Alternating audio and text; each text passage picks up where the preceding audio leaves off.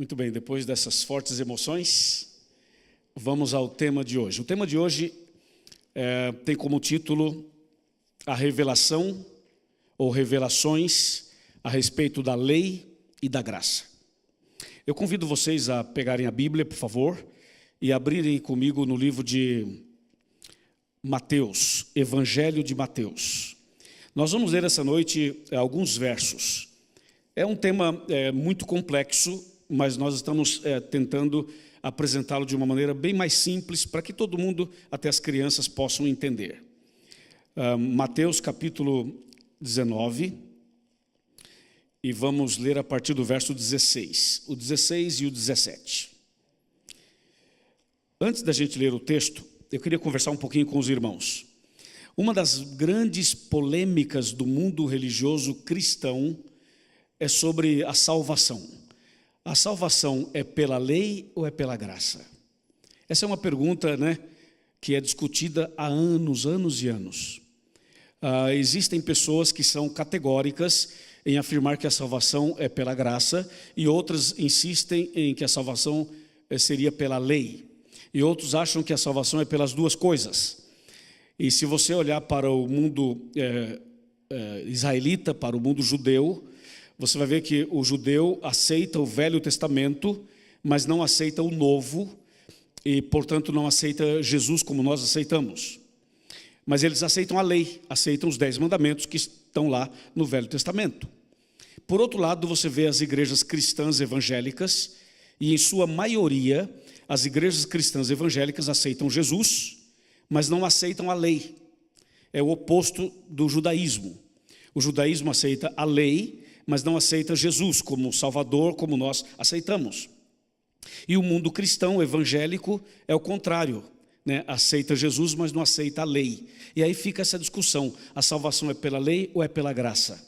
E quando você fala lei e graça, você também entra num outro terreno que acaba sendo como que ramificações dessa ideia primária que eu coloquei. Por exemplo, para eu ser salvo, eu preciso guardar os mandamentos? É uma pergunta.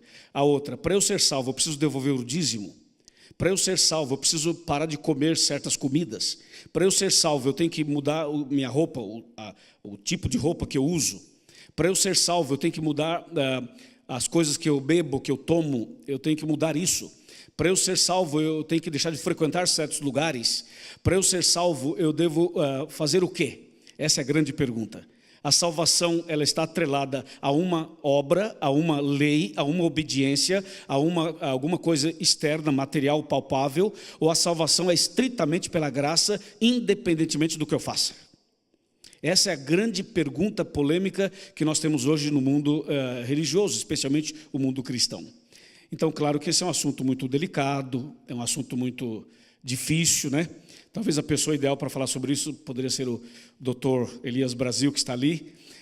Esse é um assunto muito polêmico, Os pastores que estão aqui sabem bem como isso é um assunto difícil, mas nós vamos tentar de uma maneira bem simples entender um pouquinho melhor o assunto. Não vamos esgotá-lo, porque isso vai até a volta de Jesus. Mas pelo menos vamos tentar agora analisar alguns textos e conversar um pouco sobre isso. Antes disso, deixa eu fazer um teste com vocês.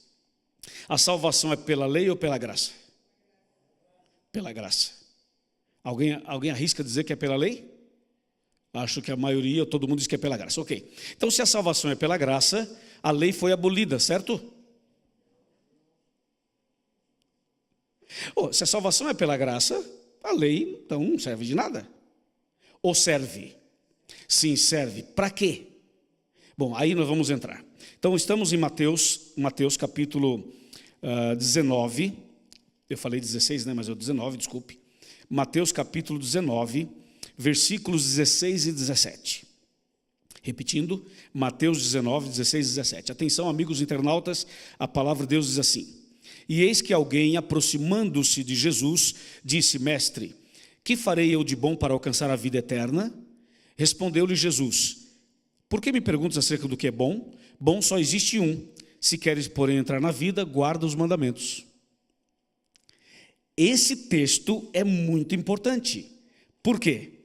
Porque o jovem rico faz a clássica pergunta: Senhor, o que eu tenho que fazer de bom para alcançar a vida eterna? Essa é a pergunta, né? E aí Jesus fala assim, bom só existe um que é Deus, mas se você quer a vida eterna, guarda os mandamentos. Então, nessa resposta de Jesus, não parece que a salvação é pela lei? Porque Jesus diz assim, bom só tem um que é Deus, mas se você quer a vida eterna, guarda os mandamentos. Então, está bem claro, quer a vida eterna? Sim, quero, guarda os mandamentos. Se eu perguntasse aqui hoje, quantos queremos a vida eterna? Todos levantaríamos a mão. E Jesus diria, então guarda os mandamentos. Então a salvação é pela lei, é pelos mandamentos. Isso é bastante curioso. Essas pessoas que estão entrando com esses papéis é que vão me ajudar hoje a ilustrar esse tema, o sermão. Daqui a pouquinho eu vou chamá-los aqui. Voltando ao texto. Então Jesus diz assim, bom só existe um que é Deus, se você quer a vida eterna, guarda os mandamentos. Agora eu vou pedir a vocês, por favor, que marquem essa página aí de Mateus 19, ou você que está com Bíblia eletrônica, tenta de alguma forma manter a Mateus enquanto vamos para Atos. Nós vamos trabalhar agora com Mateus e com Atos. Atos dos Apóstolos, capítulo 16. E vamos ler os versos 30 e 31. Repetindo, Atos dos Apóstolos, capítulo 16, versículos 30 e 31. Esses textos são muito importantes para ajudar a entender a mensagem de hoje. Repetindo, Atos dos Apóstolos, capítulo 16, versículos 30 e 31. 30 fala assim, depois, trazendo-os para fora, disse, senhores, que devo fazer para que eu seja salvo? Respondeu-lhes, crê no Senhor Jesus e será salvo tu e a tua casa. Amém. Então você viu que lá em Mateus, o jovem rico pergunta, Senhor, o que eu tenho que fazer de bom para alcançar a vida eterna? Jesus fala assim, bom só existe um que é Deus, mas se você quer a vida eterna, guarda o quê? Guarda o quê? Vocês vão ter que me ajudar, porque esse assunto só fica bom se vocês participarem, tá?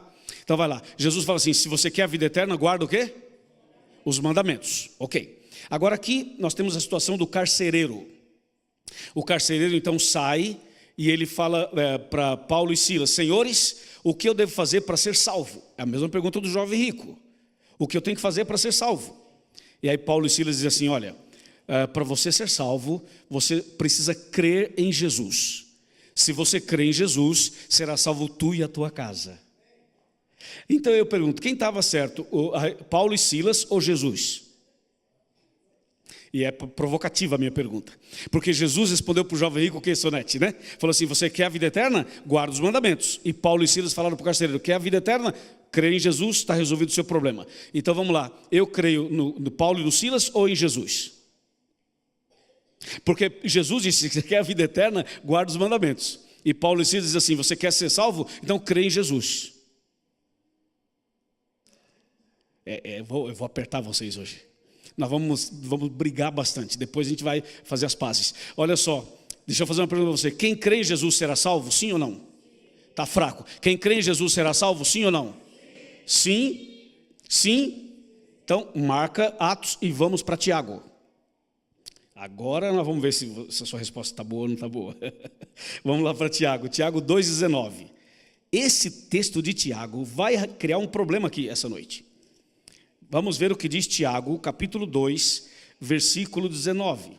E assim que você achar, aguarda um pouquinho, porque eu vou ler para que todos participem. Tiago 2,19. Diz assim, crês tu que Deus é um só? Fazes bem. Até os demônios creem e tremem. Aí, olha para mim agora, levanta a cabeça. Os demônios creem ou não creem? Vai, crê ou não creem? Os demônios creem? Então eles serão salvos? Ué, mas Paulo e Silas não falaram isso? Falaram assim, crê no Senhor Jesus e será salvo tu e a tua casa. Os demônios creem, diz Tiago. Então os demônios todos serão salvos. Pensa que é fácil o negócio? Se fosse fácil, não tinha essa discussão toda no mundo religioso. Então Paulo e Silas dizem assim, crê no Senhor Jesus, será salvo tu e a tua casa. Jesus fala assim, quer a vida eterna? Guarda os mandamentos. Aí vem Tiago e fala assim, peraí, calma aí. Os demônios também creem. E tremem. Porque alguém fala assim, eles creem, mas tremem. Claro, mas tem muita gente também que crê e treme, porque não obedece. Ou não aceita. Então, vai vendo que as coisas vão se complicando. Agora, veja uma coisa interessante. Vamos para Romanos. Nós vamos juntando várias coisas, depois no final a gente bate no liquidificador e vai sair um negócio, uma vitamina boa. Vamos lá para o livro de Romanos. Romanos capítulo 10, versículo 4. Esse texto de Romanos é muito usado por pessoas por aí para tentarem afirmar que a lei de Deus foi abolida. Veja o que diz Romanos 10, verso 4. Diz assim: porque o fim da lei é Cristo, para a justiça de todo aquele que crê. O fim da lei é Cristo. Então a lei foi abolida. Viu? Foi abolida. Então os adventistas estão errados. Esse negócio de guardar sábado acabou. Guardar a lei acabou. Por isso que Paulo e Silas falam: crê em Jesus, está resolvido.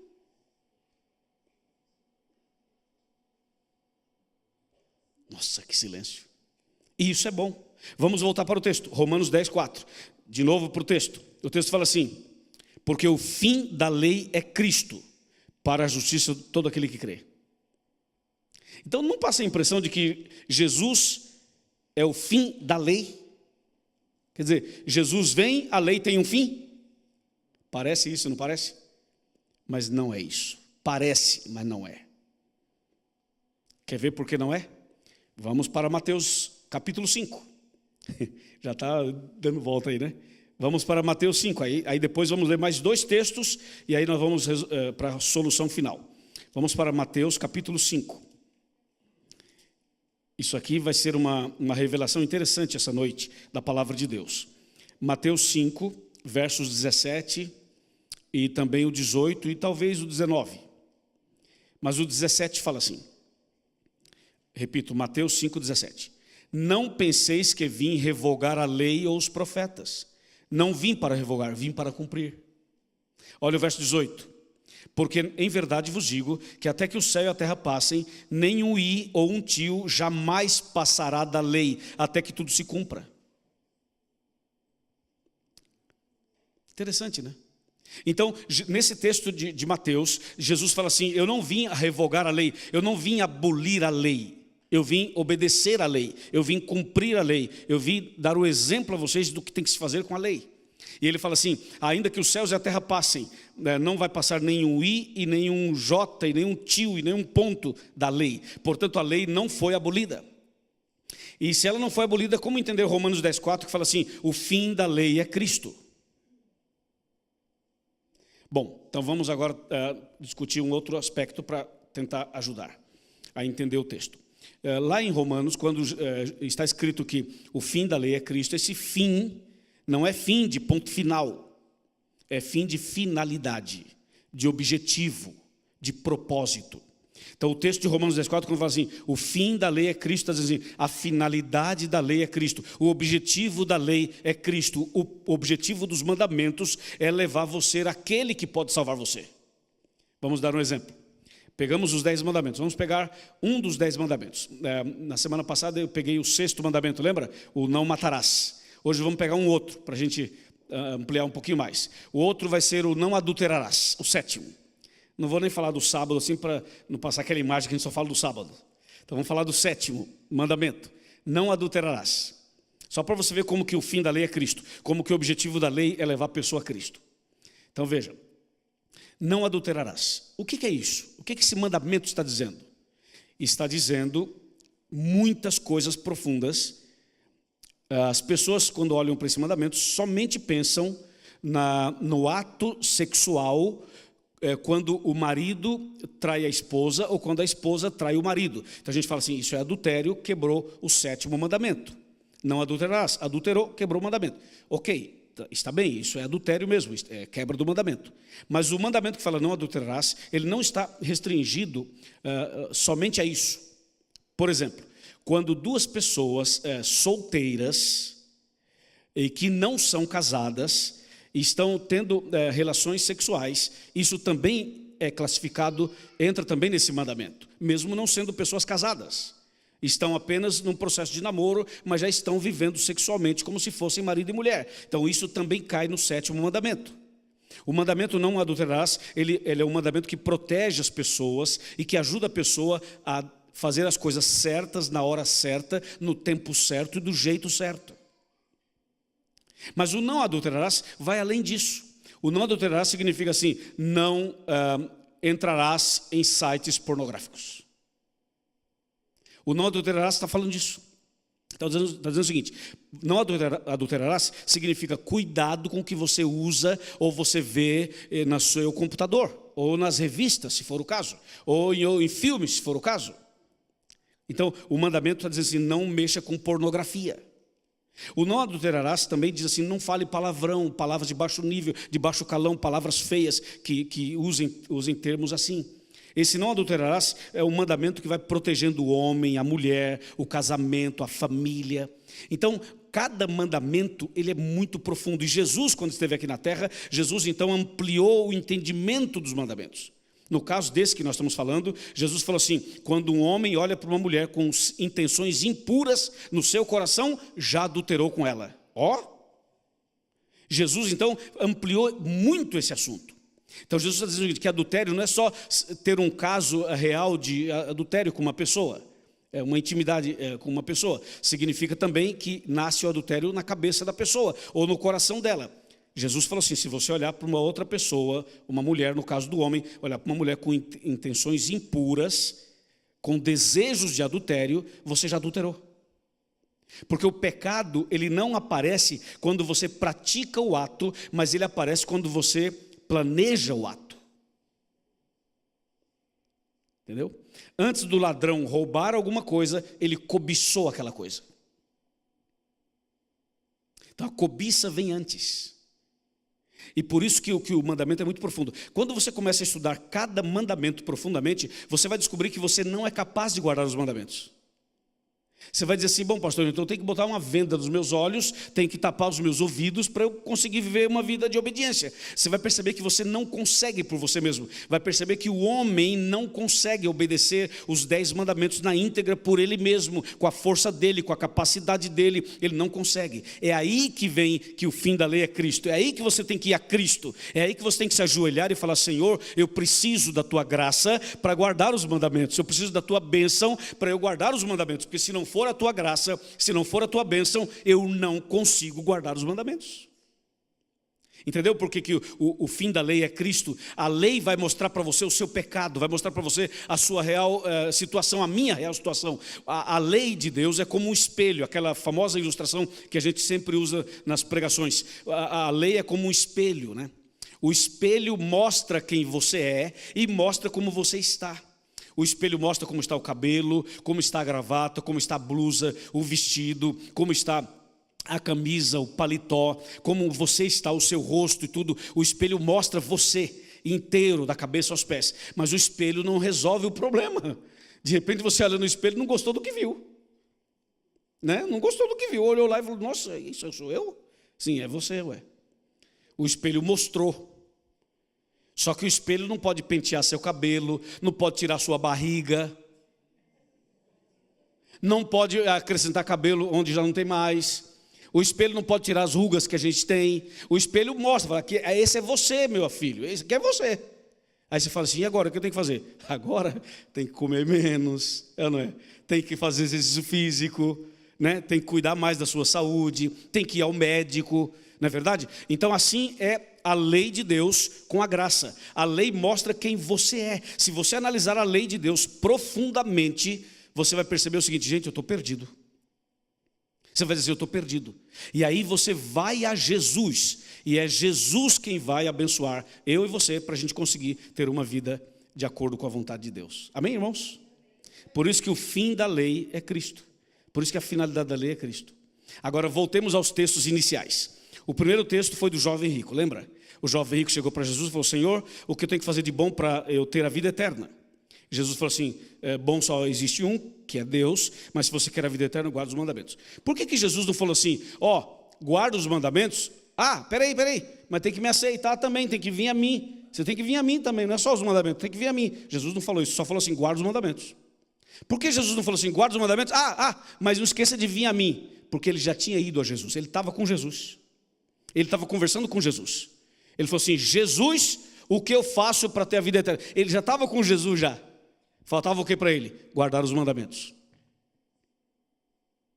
Amém, irmãos? E por que o carcereiro, Paulo e Silas falaram assim, você quer ser salvo? Então crê em Jesus, mas não falou assim, guarda os mandamentos. Porque o problema do carcereiro não eram as leis, aliás ele era o homem das leis, era um carcereiro. Ele era o homem das leis, ele conhecia as leis, ele sabia das leis. O que faltava para ele? Jesus. Então para alguns falta Jesus e para outros falta a lei. Por isso que num texto tem uma ênfase, no outro texto tem uma outra ênfase. E quando Romanos fala assim, o fim da lei é Cristo, nesse sentido, o objetivo da lei é levar você a Jesus. E também o objetivo de Jesus é levar você a obedecer à lei. As coisas estão conectadas, integradas. E quando esse texto aqui de Mateus fala assim, não penseis que vim revogar a lei, é porque Jesus não veio revogar os mandamentos. Ele veio cumprir, ele veio obedecer. E assim como ele obedeceu, nós também devemos obedecer. Esse assunto é muito interessante. Nós temos vários estudos na Bíblia que a gente deve gastar tempo para meditar, para analisar e para aprender. Nós vamos agora ler mais um texto, depois vamos à ilustração. Vamos abrir a Bíblia agora em Efésios. Efésios capítulo 2.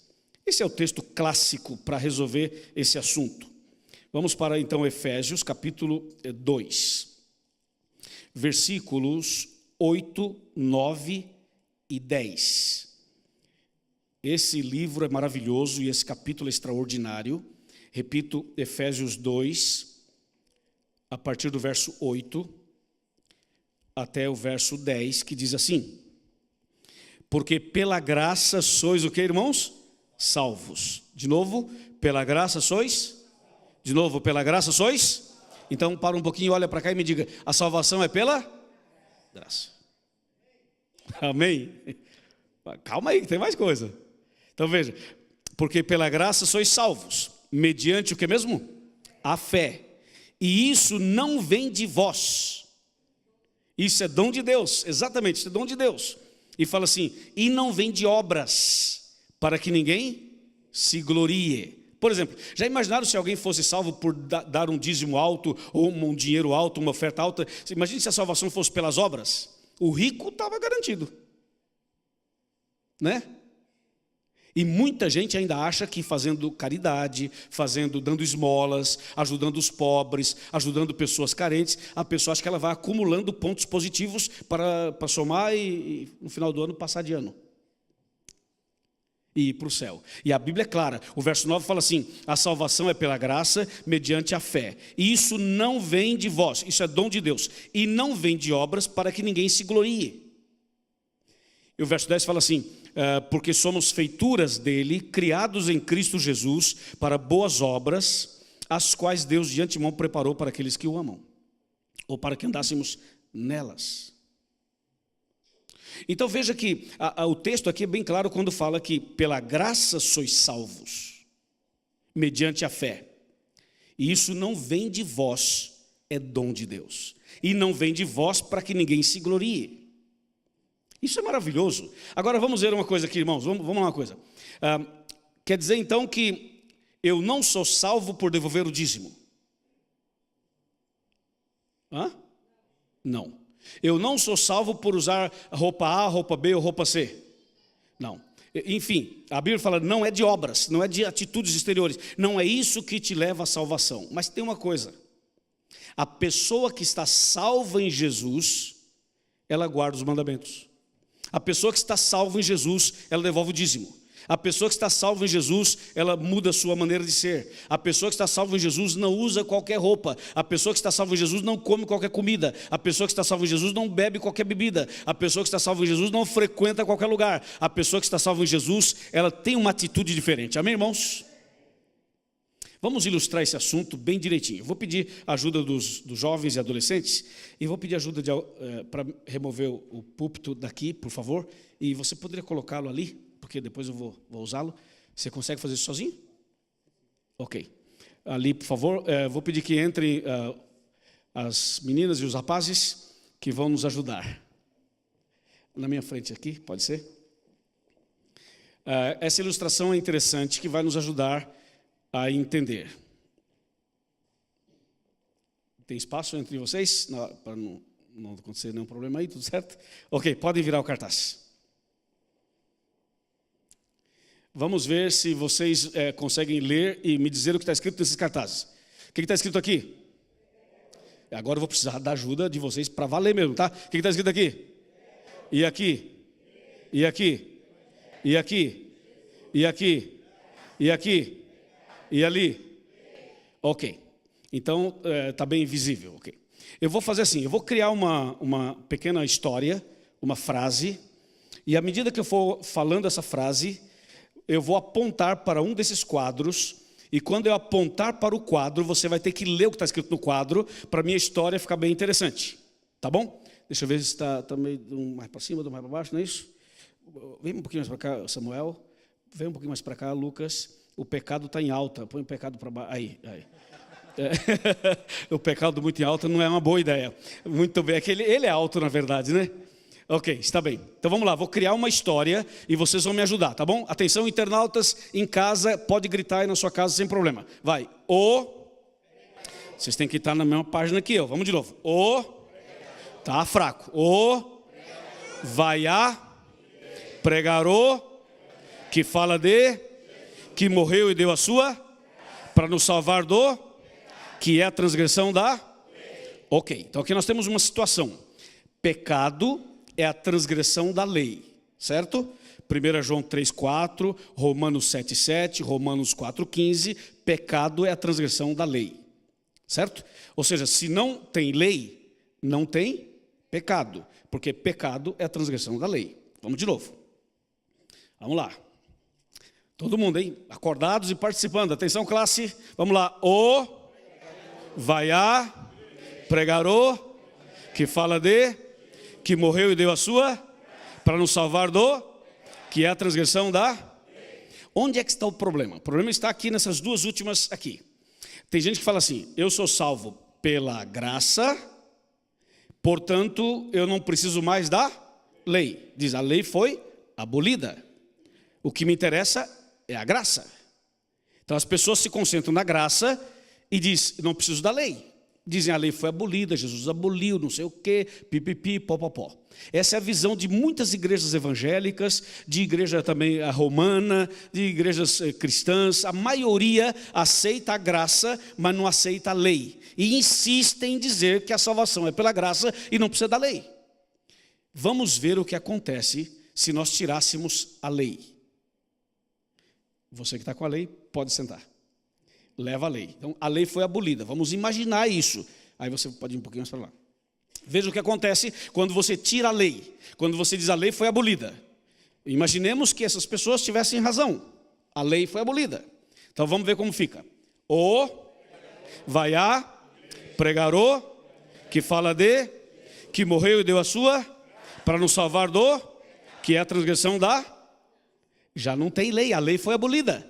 Então, se não tem lei, não tem o quê? Claro, porque se você não tem o sinal do semáforo ali, não tem. Você não vai ficar parado com o carro, porque não tem lei, você pode passar. Agora, se tem uma lei e o semáforo está vermelho, significa pare, é uma lei.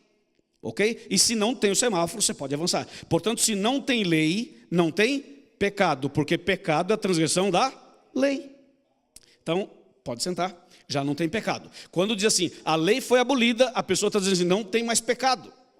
E se não tem pecado, desmonta tudo. Olha o que acontece. Veja onde o diabo quer chegar. Quando ele fala assim, a salvação é pela graça e a lei foi abolida. Isso é uma pregação de Satanás. E ele quer jogar por terra toda a salvação. Veja o que acontece. Pode ir um pouquinho mais para lá, por favor, aí dando espaço para o Samuel aqui. Aí está bem.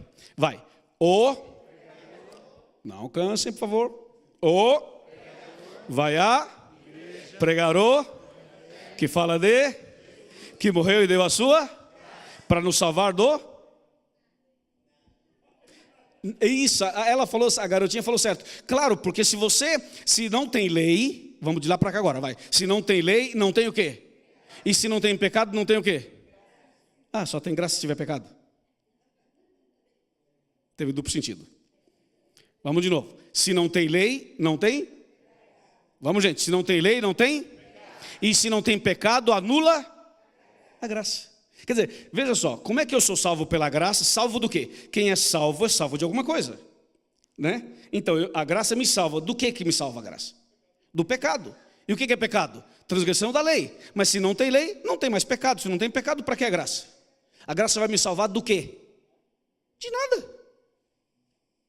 Tchau. Obrigado. Obrigado. Vai para lá agora. Vai vendo o que acontece quando você tira a lei. Tirou a lei, dá um problema, hein? Vai lá. O vai a pregar o que fala de que morreu e nos deu a sua. Vocês estão vendo onde o diabo quer chegar? Ele quer chegar aqui, ó. Ele quer dizer que o sacrifício de Cristo foi em vão. Ele quer mexer com o sacrifício de Cristo. Só que ele não pode falar isso. Se ele falar isso, as pessoas não vão crer. Então ele mexe com a lei. Mexe com a lei. E aí engana as pessoas. Fala assim, tá vendo? Eu sou salvo pela graça. E a lei? Não, a lei foi abolida. Então veja, se não tem lei, não tem o quê? Pecado. Se não tem pecado, anula a graça. Se anula a graça, Cristo morreu em...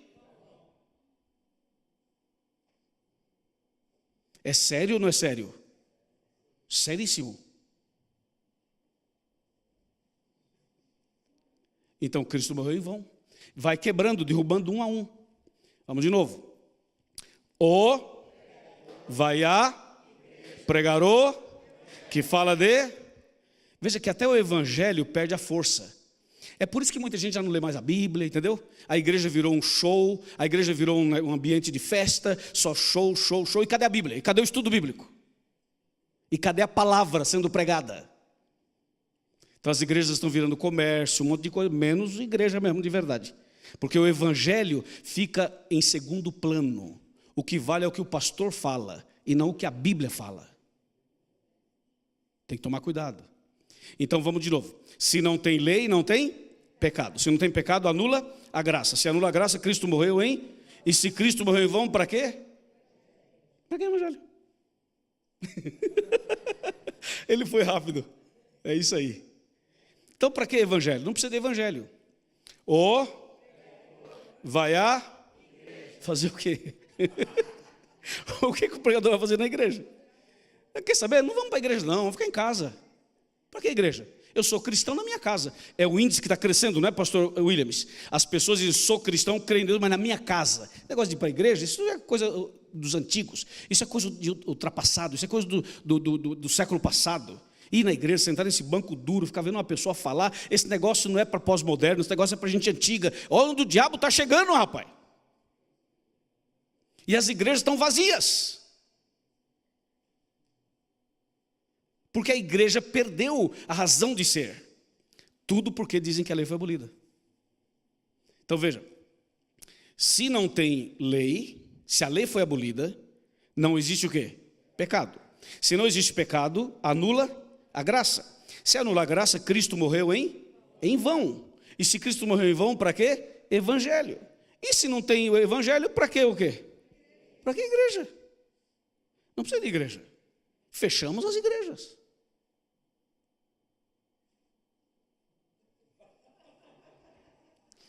Obrigado, Emi, né? Obrigado, Emi.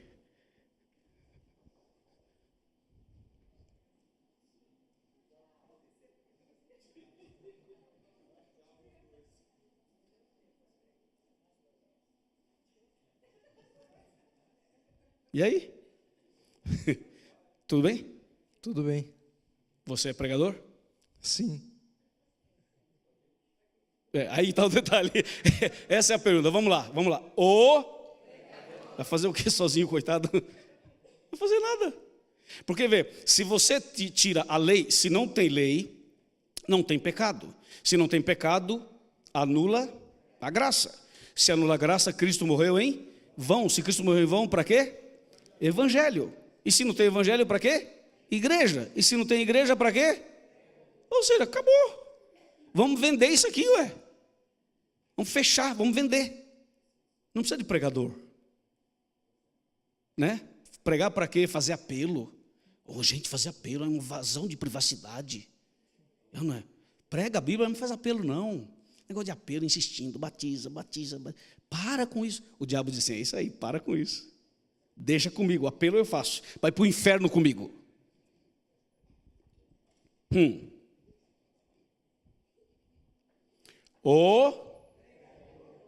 Ninguém quer falar mais de pregador. Até vocês estão desanimados já. Vamos de novo. Vai fazer o que, o coitado? Nada. Não fazer nada. Vou pedir para o Luiz. Luiz, no piano, por favor. Calma, já quer ir embora o homem. Luiz, por favor. Luiz Carlos, por favor. No piano, por favor. Irmãos, vamos lá? Alô? Vai para onde? Se não tem lei, vamos de novo comigo. Se não tem lei, não tem? Se não tem pecado, anula? Se anula a graça, Cristo morreu, hein? Se Cristo morreu em vão, para quê? Se não tem evangelho, para quê? E se não tem igreja, para quê? Bora? Estamos perdendo tempo. Bora. Internauta, fica firme aí que eu vou desaparecer. Fica firme aí que eu vou desaparecer. Vamos embora. Para que pregador? Para quê, né? Não tem, né? Vamos embora. Tchau. Se você mexeu com a lei, você mexe com tudo. Cai tudo por terra. Porque onde não tem uma coisa, não tem outra. Se você não tem lei, se a lei foi abolida, não tem mais pecado.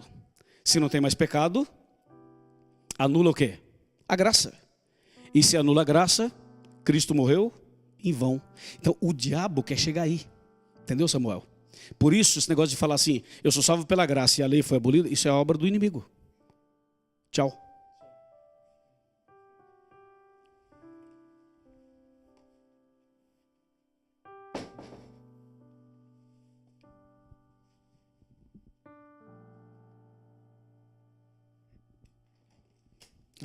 Voltei.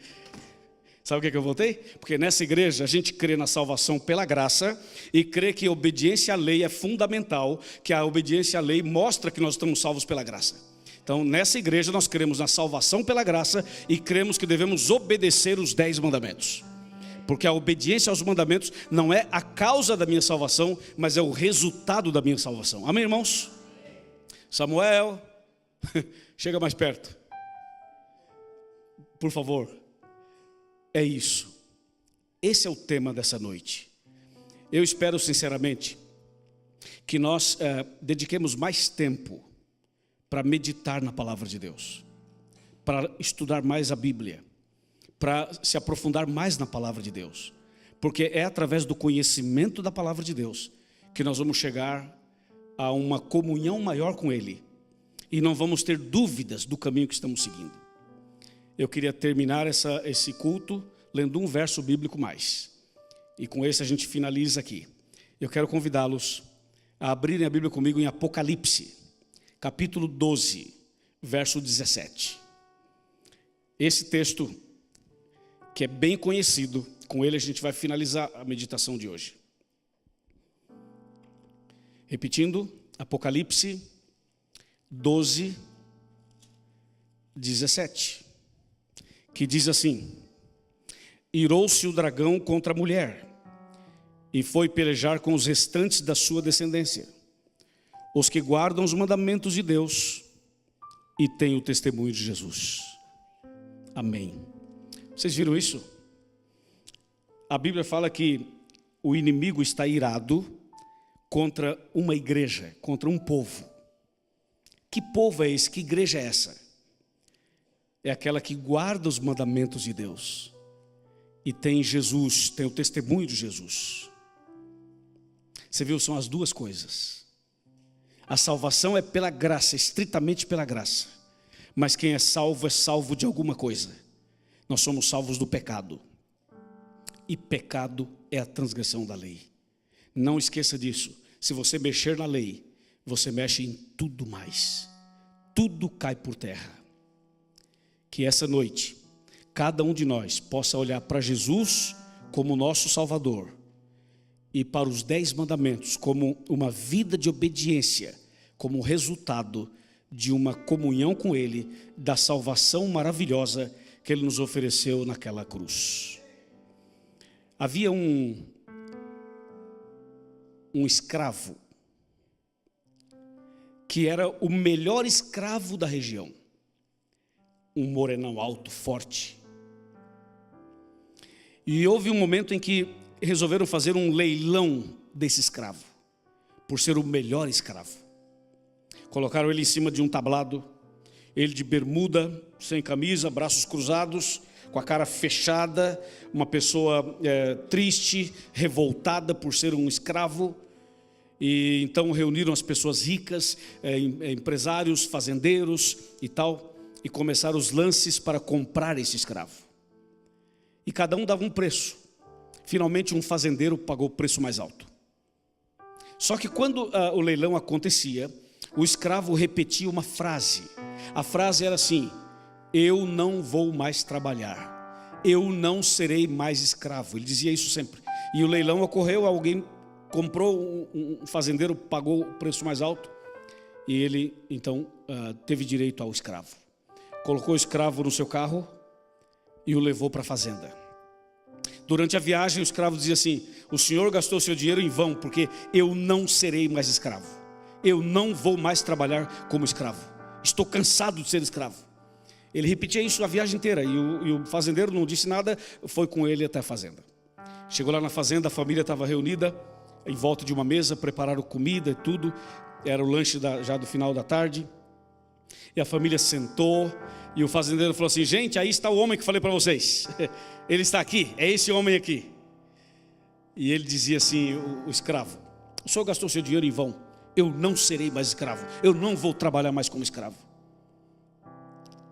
E não queria sentar, e não queria comer. Então o fazendeiro diz assim: calma, deixa eu explicar para você. Sabe por que eu comprei você? Sabe por que eu dei esse lance altíssimo para comprar você? Eu não comprei você para ser escravo, eu comprei você para tirar você da escravidão. A partir de hoje você é como meu filho, você agora é livre, e agora você pode desfrutar dessa fazenda. Tudo isso aqui agora é seu também. Você pode ir até o riacho, você pode pegar frutas aqui das árvores, você pode andar a cavalo, você pode jogar futebol, você pode fazer o que você quiser. Eu comprei você, paguei essa fortuna por você, porque eu queria dar liberdade para você.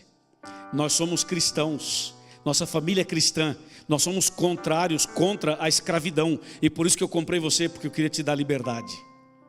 E o escravo desconfiou e falou assim: acho que ele está com alguma estratégia para eu ser escravo dele. Ele falou assim: eu não creio no senhor, e eu não serei mais escravo, e não vem com esse argumento para mim não, que eu não vou ser mais escravo.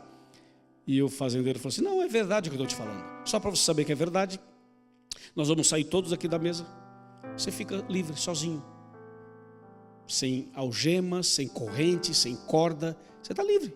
A família levantou e saiu, para mostrar para ele que ele estava livre.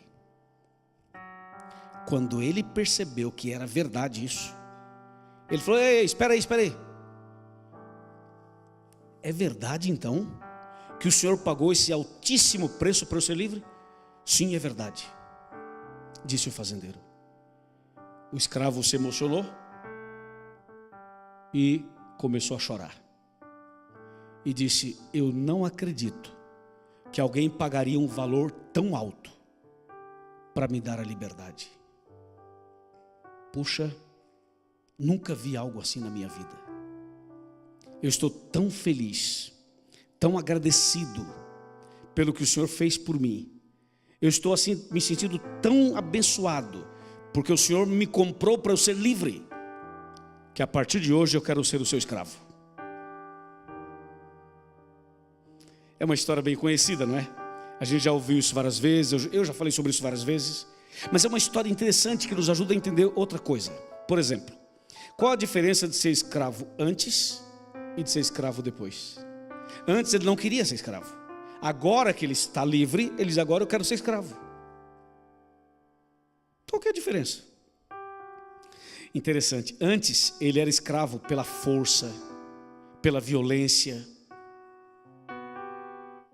Agora ele se sentiu livre. E agora ele falou assim: eu vou trabalhar para o Senhor mais do que eu trabalhava para os outros, mas por gratidão e não mais por obrigação. Agora eu vou fazer tudo pelo Senhor, mas como uma expressão da minha gratidão, porque agora eu sou livre. É isso. Quando a gente está no mundão lá fora, a gente transgride as leis, a gente faz coisas que não são corretas, e nós somos escravos do pecado e de Satanás. Quando a gente entende a salvação em Jesus na cruz, a graça maravilhosa, a bênção da salvação, a mão de Deus, o resgate do Senhor, você fica tão maravilhado, você diz assim: Senhor, que maravilha, o Senhor me alcançou, o Senhor me transformou, o Senhor me deu paz, o Senhor me deu esperança, o Senhor me deu alegria, eu te agradeço, eu te amo, muito obrigado, Jesus, pelo que o Senhor fez, e a partir de hoje eu quero te servir, eu quero te obedecer, eu quero andar nos teus caminhos. Irmãos, vejam vocês que moram aqui nos Estados Unidos, vejam vocês trabalham a semana inteira, é uma correria, sai cedo, fica o dia inteiro. Tem um aqui que ficou 3 dias praticamente sem conversar com a esposa, pela luta, pelo trabalho, é de manhã, é de tarde, é de noite, você sai, daqui a pouco acabou o dia, você vai dormir tarde, acorda cedo, não é verdade? Mas eu pergunto para você, como é que você está aqui no sábado? E eu sei que muitos aqui, para estar no sábado, trabalham dobrado para ajudar a fazer a comida, para ajudar a cuidar da igreja, para ajudar a organizar os departamentos. Eu sei da luta que muitos aqui têm para organizar o trabalho do sábado. Enquanto você poderia falar assim: no sábado eu não quero fazer nada, eu quero só aqui, Mas eu vejo quantos de vocês dão a vida, dão o sangue, o tempo, o talento, o dinheiro, o carro. Eu acompanho o pastor Barroso, eu vejo a correria dele, vai aqui, vai ali, e outros ligam para ele, vocês se ligam, e os anciãos, e as mulheres, e os jovens, todo mundo tentando ali, alguém ensaiando até 00:30, 1 da madrugada, ensaiando uma música para cantar aqui, sendo que tem que no outro dia acordar cedo, ir para o trabalho e fazer um monte de coisa. Irmão, será que vale a pena se cansar também no sábado? Será que vale a pena também gastar toda a energia e todas as nossas forças também no sábado? Veja o detalhe: antes nós éramos escravos do pecado, agora Jesus nos libertou, e agora somos salvos pela graça, amém, irmãos? E salvos pela graça, a gente quer fazer o máximo por Jesus, o máximo pela igreja, o máximo pelos outros, o máximo para salvar pessoas. E é por isso que mesmo cansados, mesmo exaustos muitas vezes, nós falamos assim: Senhor, eu quero ser o teu servo, eu quero ser o teu escravo, no sentido correto da palavra. É isso. Uma vez alguém chegou assim para mim e falou assim: pastor, você trabalha muito, você devia parar um pouco, você trabalha demais. Quem me acompanha nas redes sociais aí sabe, né? Eu falei assim: olha, eu agradeço, porque eu prefiro que alguém me diga que eu estou trabalhando muito para eu parar um pouco, do que alguém chegar para mim e falar: rapaz, você não está trabalhando não, hein? Dá para levantar aí desse sofá aí? E dá para trabalhar um pouco?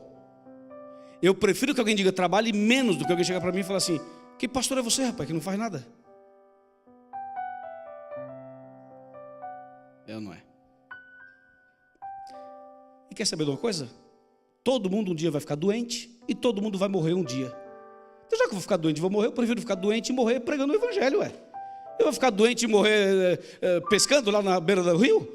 Eu vou morrer pescando almas para Deus, amém, irmãos? Quer dizer, de um jeito ou de outro vai morrer mesmo, não tem jeito. Então vamos morrer pregando o evangelho, vamos gastar nossa energia fazendo a obra de Deus, que é o que Deus espera de nós. Agora, diz o homem, eu quero ser o seu escravo. É isso. Eu pedi para a Patrícia cantar uma música, e eu agradeço muito a Patrícia, que ela fez um esforço muito grande. Foi dela que eu estava falando, ficou ensaiando até 1 da manhã, esses dias, juntamente com o Luiz. Obrigado, viu, Luiz? Você foi um gigante aí, junto com a Patrícia. E não só os dois, mas tantos irmãos que eu já mencionei aqui. E eu gostaria, Patrícia, que você cantasse essa música. Diferentemente de como eu sempre faço, geralmente eu chamo as pessoas primeiro para depois você cantar. Hoje vai ser ao contrário. Hoje eu queria que você ficasse aí sentado para ouvir palavra por palavra dessa música. Depois que eu ouvir essa música, eu vou fazer um apelo para quem já é seguidor de Jesus, continuar firme, e para quem não batizou ainda, para batizar urgente. Tá bom? Se você não batizou ainda, o apelo vai ser para você já já. Tá bom? Olha esse hino, presta atenção na letra, que a Patrícia preparou para nós essa noite.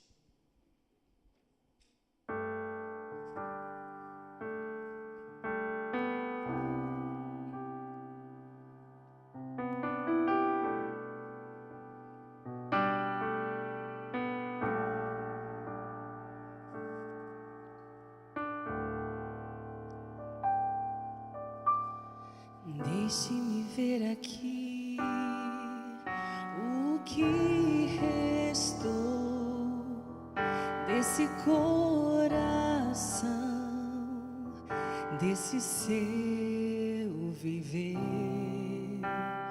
Vejo que quase nada em você ficou, e o que criei se desfigurou.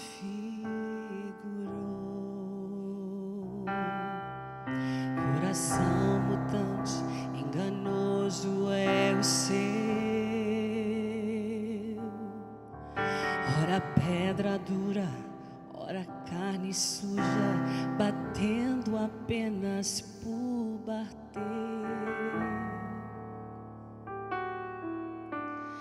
Tenho que lhe dizer, a notícia ruim é que jeito algum existe pra você.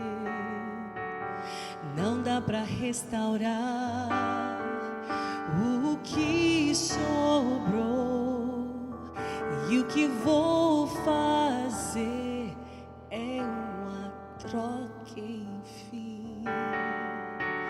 Então me entregue isso que estou em suas mãos, e eu lhe entrego o coração que pulsa forte em mim.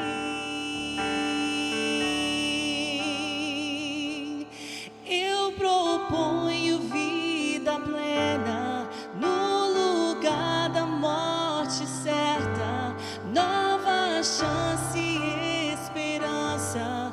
Ao invés de andar em trevas, levo embora a sua culpa, a sua dor e seu pecado.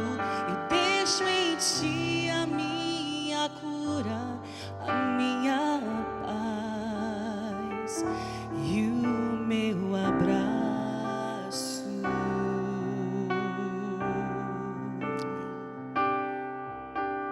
Vamos ouvir um pouquinho mais essa música, a outra parte.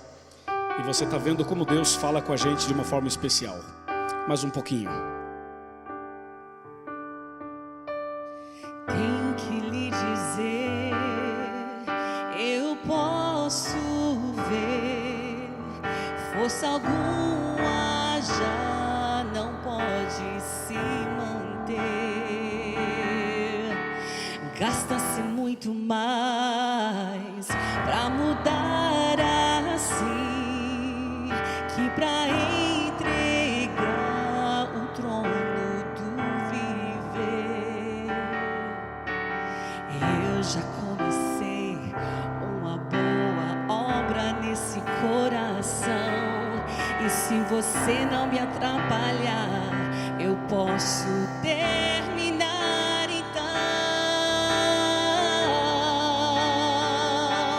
Eu proponho vida plena no lugar da morte certa, nova chance e esperança. Ao invés de andar em trevas, levo embora a sua culpa, a sua dor e seu pecado. Deixo em ti a minha cura, a minha paz e o meu abraço.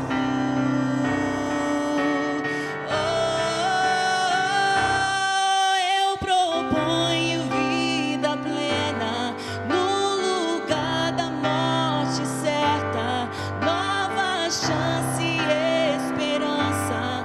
Ao invés de andar em trevas, levo embora a sua culpa, a sua dor e seu pecado. Eu deixo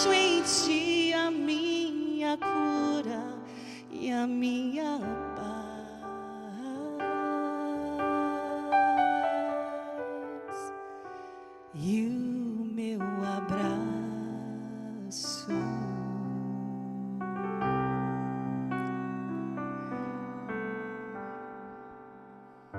Amém, amém, amém.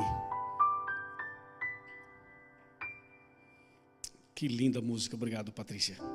Louvado seja Deus por isso. Amém, irmãos? Pois é isso aí.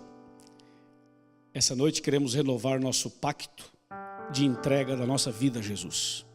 Queremos hoje dizer: Senhor, eu quero hoje renovar a minha entrega. Eu já me entreguei, eu já sou teu filho, já sou sua filha, já sou seguidor do Senhor, mas hoje eu quero renovar a minha fé. Eu quero que o Senhor entre no meu coração. Eu não quero atrapalhar o Senhor. O Senhor já começou uma boa obra em minha vida. Por favor, termine essa obra. Conclua essa obra na minha vida. Quantos querem dizer isso para Jesus junto comigo? Fica em pé, por favor, para a gente fazer essa oração de decisão. Nós temos o Lucas que vai ser batizado amanhã. Além do Lucas, tem outras pessoas que já decidiram, como esse casal que está aqui, que está firme na fé. Vem aqui vocês dois. Vem aqui, Lucas, também. Vem, Lucas, com ele. Sobe aqui no palco, por favor. E eu vou chamar outras pessoas mais. Eu estou muito feliz com vocês aqui. Tem muitas pessoas que não conhecem vocês. Qual o seu nome e de onde você é? Eu sou Tânia e eu venho de Brasil. Mas eu não vivi em Brasil. 28 anos vivendo em Santiago do Chile. Já deu para perceber. Tânia, muito obrigado por você estar aqui. O seu nome e de onde você é? Ángel Paulo, eu sou portenho, também falo português. Filho de baiana com italiano, uma mistura desgraçada, né? Feliz de estar aqui, de ter conhecido o pastor Luiz Gonçalves. Minha mãe é conhecedora do pastor há mais de 20 anos atrás. Foi obra de Deus, não foi coincidência. Eu tentando conquistar a minha esposa para Cristo e 35 anos de orações da minha mãe para me trazer perto de Jesus. E vocês, mães que estão lutando por seus filhos, esse é um exemplo de que a oração de uma mãe não falha. E Deus vai escutar vocês que estão buscando seus filhos para trazer no caminho de Cristo. Agradecido eu sou pelas suas orações, pastor, pelo seu testemunho. A noite anterior de eu ter buscado uma igreja adventista do sétimo dia para minha esposa que não fala inglês, eu moro aqui há 30 anos. Eu tive a oportunidade de entrar no YouTube e buscar uma igreja em português, encontrei 3 e escolhi essa. Não sei porquê, mas cheguei aqui. E na noite anterior, vindo à igreja, eu queria fazer uma surpresa para a Tânia. Ela não sabia que eu ia trazer ela na igreja, mas eu busquei na internet, sabia onde eu ia, falei, acorda. Nós vamos para a igreja. Falei, aquela que você estava falando ontem, buscando na internet, 65 milhas de distância, falei, essa mesmo, lá nós vamos. Na noite anterior eu mostrei o vídeo para a Tânia sobre o sábado, que a Tânia sempre foi uma mulher zelosa da palavra de Deus, estudada com a palavra de Deus por muitos anos em casa sozinha, que é a igreja silenciosa. E ela fez esses estudos e sempre questionou aqueles anos de estudo com os testemunhas de Jeová que vinham na casa dela. Mas ela não estava de acordo com certas coisas por ser uma grande estudante da palavra e ela questionava e não encontrava resposta, porque a resposta real estava na Bíblia e não na forma interpretada. De qualquer forma, eu senti que eu deveria interferir com as orações com a minha mãe e busquei o vídeo sobre o sábado, só para ter certeza que os estudos bíblicos que ela ia receber em casa não seguiriam com os testemunhos de Jeová. Busquei o vídeo e quando eu busquei o vídeo, sábado, dia do Senhor, o primeiro vídeo que aparece foi o seu vídeo. E eu mostrei o vídeo para a Tânia, falei, deita aqui, escuta. E ela escutou, ela pegou a Bíblia que deram de presente para ela dos Testemunhos de Jeová. E ela conferia e falou, Paulo, tudo que eu questionava, tudo que eu buscava, se repete uma vez mais, não vou questionar mais. Nós vamos na igreja. Mostrei outros 2 vídeos e, por coincidência, quando eu cheguei aqui na sexta-feira, o pastor Davi Barroso fala, Paulo, semana que vem, venham, o pastor Luiz Gonçalves vai estar aqui.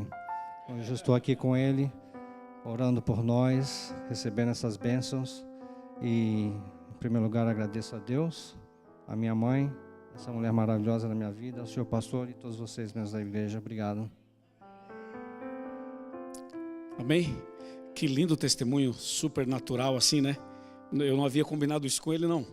Foi algo assim bem natural, e em outro momento eles vão poder contar tudo, porque tem mais detalhes aí que o Paulo resumiu, porque ele viu que nós estamos encerrando o culto. Mas a Tânia e o Paulo são realmente pessoas que Deus trouxe aqui de uma forma especial, como ele acabou de contar. E o Lucas, nós já falamos um pouco sobre ele, amanhã vamos falar mais sobre ele, sobre eles também. Tem mais alguém aqui que não é membro da Igreja Adventista e gostaria que eu fizesse uma oração por você também, para que você também pudesse se preparar para o batismo, é ou não é? Tem mais alguém? Levanta a mão aí. Eu sei que tem, mas eu não estou com os nomes aqui. Então, se tiver mais alguém assim, não se sinta assim envergonhado também, não pense que essa é uma pergunta preconceituosa, nada disso. Eu queria que você soubesse que nós somos uma família, nós somos irmãos e temos a liberdade de falar assim com vocês bem à vontade, sem nenhum tipo de barreira, tá bom? Eu queria orar por todos, vamos orar por todos, mas se tiver mais alguém aqui que gostaria que eu orasse para você também se preparar para o batismo, que você agora viesse aqui à frente também para orar conosco aqui, com nós 4 que estamos aqui. Se você se encaixa nesse perfil que eu estou falando, não tenha medo de vir, não tenha nenhuma preocupação em vir, venha e vamos orar por você. Tá bom? Ok, então agora vamos fazer o seguinte, vamos agora orar todos juntos, vamos nos unir em oração e vamos em seguida para a nossa casa, e amanhã cedo estaremos aqui com a graça de Deus. Curvemos a cabeça e fechemos os olhos. Senhor, nosso Deus e nosso Pai, obrigado por essa noite tão especial. Obrigado, Senhor, porque começamos o culto de hoje louvando o Teu nome. Em seguida, tendo um momento tão bonito entre o Guilherme e o Lucas. E em seguida a Tua palavra, que foi muito importante para nós sobre a lei e a graça. Obrigado, Senhor, por Tua graça. Obrigado por Tua misericórdia. Obrigado porque o Senhor nos alcança com a Tua graça maravilhosa.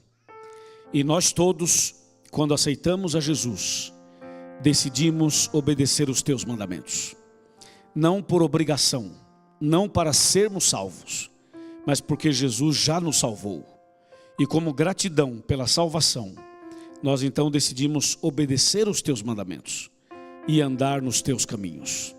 Abençoe também a Tânia e o Paulo, que de uma forma maravilhosa chegaram até aqui. Que eles continuem firmes nesse caminho. E não somente eles, abençoa também os internautas e as pessoas que estão aqui essa noite renovando o pacto de fidelidade. Todos nós estamos hoje renovando a nossa decisão de Te servir, de Te amar, de andar nos Teus caminhos e guardar os Teus mandamentos. Dá-nos, portanto, uma ótima noite. Obrigado, Senhor. Em nome de Jesus. Amém. Amém. Podem sentar, o pastor Barroso tem a palavra, a última palavra.